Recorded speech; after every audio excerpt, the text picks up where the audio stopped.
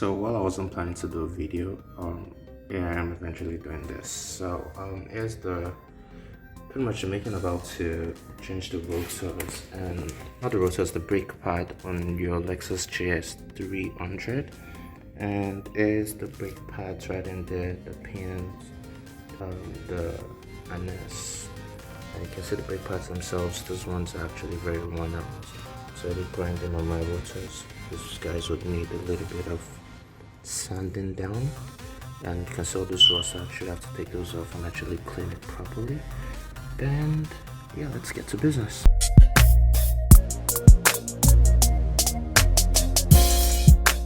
And I'll do that for both sides.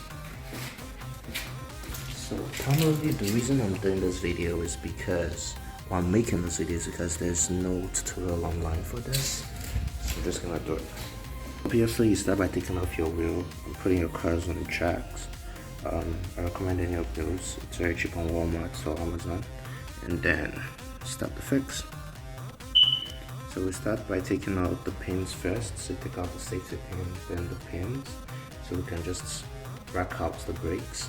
And afterwards, we're gonna push back the caliper so as to make sure we have enough space to put in the new calipers. And of course, I'm gonna take this out and take those out too. Now let's take out the caliper, and I need to actually bleed it from the back. And my replacement pads, I actually got those off of Amazon. And then I'm also gonna be using, it already comes with all the things I need. They didn't come with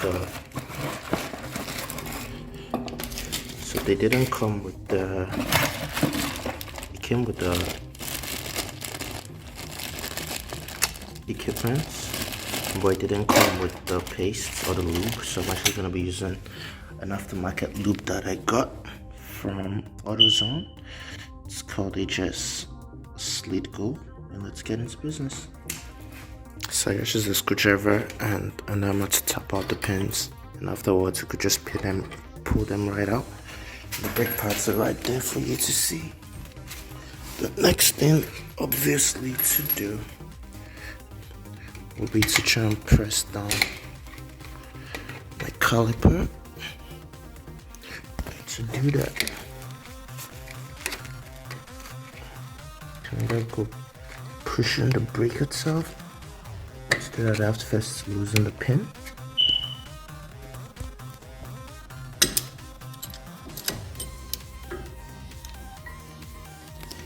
So here I'm using the caliper to release.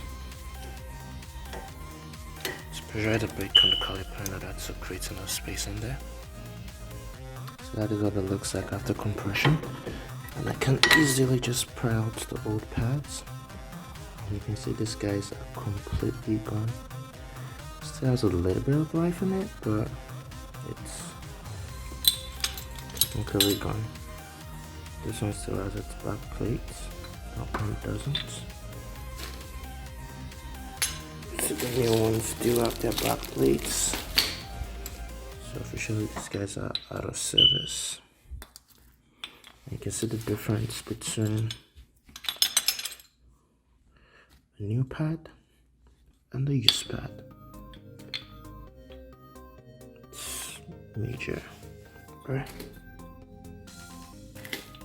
Let's continue business. So the next thing is for me to get rid of this, which I technically don't need to if all I'm doing is just changing the brakes, but I need to clean this guy up because of the grooves and all, which are regular. So I'm just going to quickly take this out, and that's to do that fix. So to take up the calipers, you're going to need a size 19 wrench, and we're about to use that right now to just pry that off.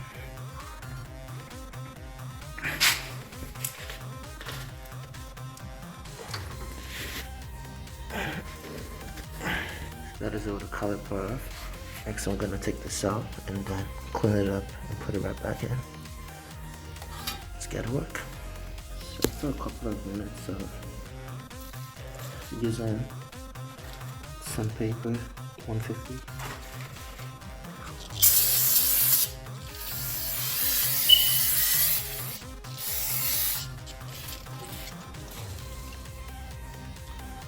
do that on the front, I do that on the rear too.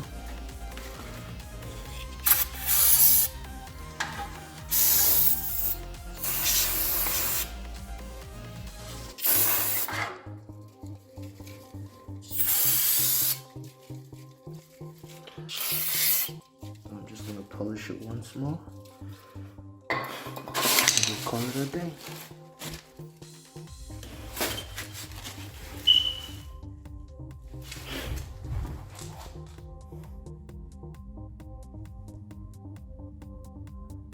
So now that it's somewhat clean, the next thing to do is to grease, add a little bit of grease in there. Grease the back of my brake pads. Making sure no grease touches the surface. If you mistakenly do that, you're gonna need to use a little bit of sandpaper and then have to get rid of the grease. A little bit of anti-brake or brake parts cleaner, and reassemble. So that's what the grease it out. You also want to add a little bit of grease on the caliper. Just a very tiny layer.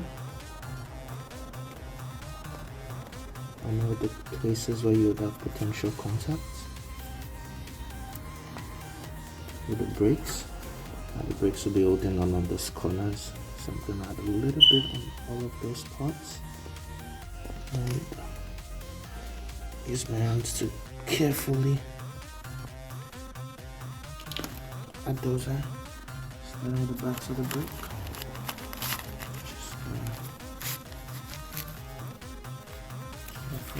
Grease there.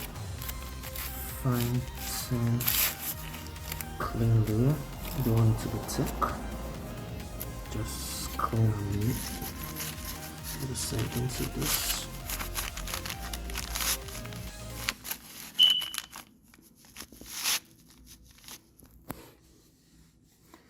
Then we'll repeat that same for all the areas of contact.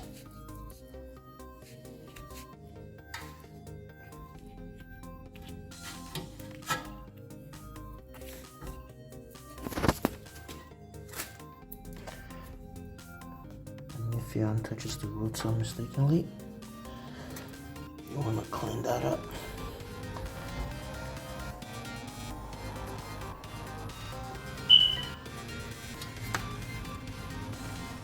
Just a little bit. Make sure you work your way in there.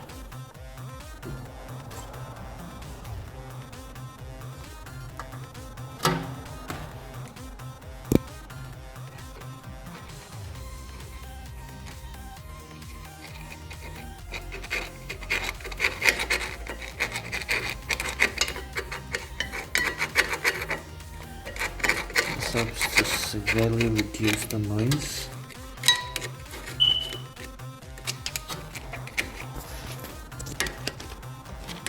Making sure these inner edges are slightly greased, because that's what the caliper, the brake parts will be sitting on.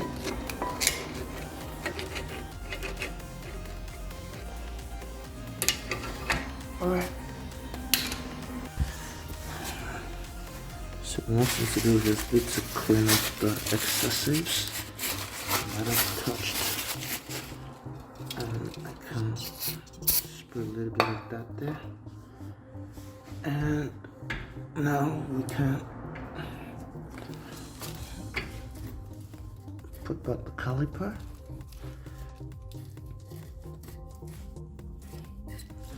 Maybe a little bit of grease on that too.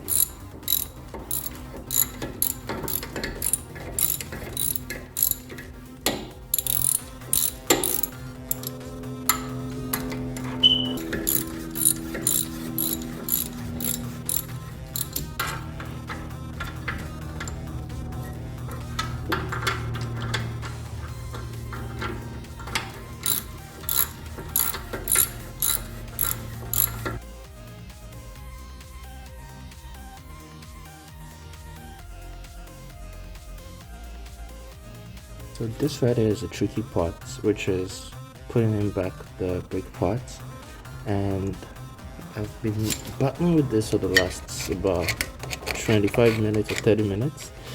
Just figured it out. So you need a clamp to literally move the caliper closer to the brake pad, outside to the rotor, and that way you can slide these guys in. And I think that's probably the only way you can actually truly do this.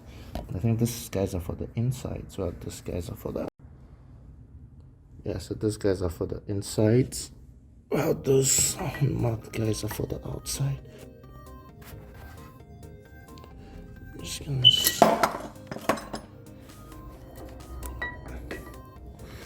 let these guys sit well, making sure that they're sitting right where they should be. I'm gonna slide these boys to right in, and voila, problem is solved. And I'm gonna take my pins and add a little bit of grease on board of them.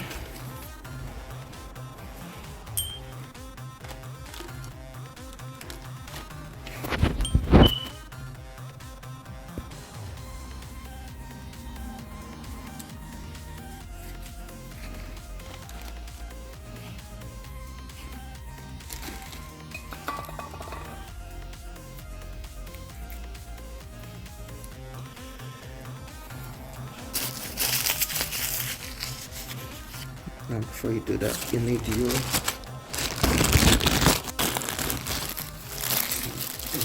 guys. So this is a post assembly. We're just gonna replace the wheels and we're good to go. So here's the final view, and you can see the pins, and these two are actually tricky. You need to be able to send the pins right into those pinholes on the rods in order to keep them in place. And there you have it.